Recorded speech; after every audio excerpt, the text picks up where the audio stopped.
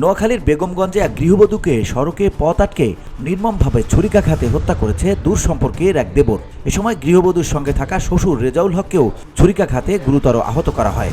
মঙ্গলবার সকাল 10:30টার দিকে উপজেলার চৌমুহনী পৌরসভার 4 নম্বর ওয়ার্ডের হাজিপুর এলাকার মাইল্লা বাদশা মিয়ার বাড়ির সামনের সড়কে এ ঘটনা ঘটে।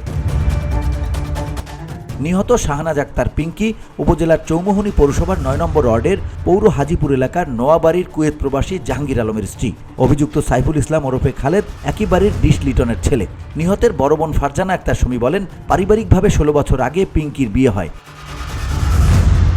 ঘাতক খালেদ পিঙ্কির দুঃসম্পর্কের চাচাতো দেবর এবং একই বাড়ির বাসিন্দা। বছরখানেক আগে পিঙ্কির ব্যবহৃত মোবাইল নষ্ট হয়ে যায়। স্বামী প্রবাসে থাকায় তার বড় ছেলের মাধ্যমে সেটি বাজার থেকে ঠিক করে আনতে দেয় খালেদকে। ওই সময় খালেদ মোবাইল থেকে পিঙ্কির স্বামীকে পাঠানো ব্যক্তিগত ছবি ও ভিডিও নিজের মুঠোফোনে নিয়ে নেয়। তিনি আরও বলেন, ওইসব ছবি ও ভিডিও দিয়ে পিঙ্কিকে ব্ল্যাকমেইল করে 7 লাখ টাকা আদায় করে। একই কায়দায় পরকীয় ও শারীরিক সম্পর্কে জড়ানোর চেষ্টা চালায়। এরপর সে আরও টাকা দাবি করে এবং পরকীয়ায় ব্যর্থ হয়ে পিঙ্কিকে ছুরিকাঘাত করে হত্যা করে। কিছুদিন আগে এ নিয়ে আদালতে মামলা করে পিঙ্কি। গত 2 মাস আগে পিঙ্কির স্বামী দেশে এলে এসব বিষয় নিয়ে তার উপর হামলা করে খালেদ।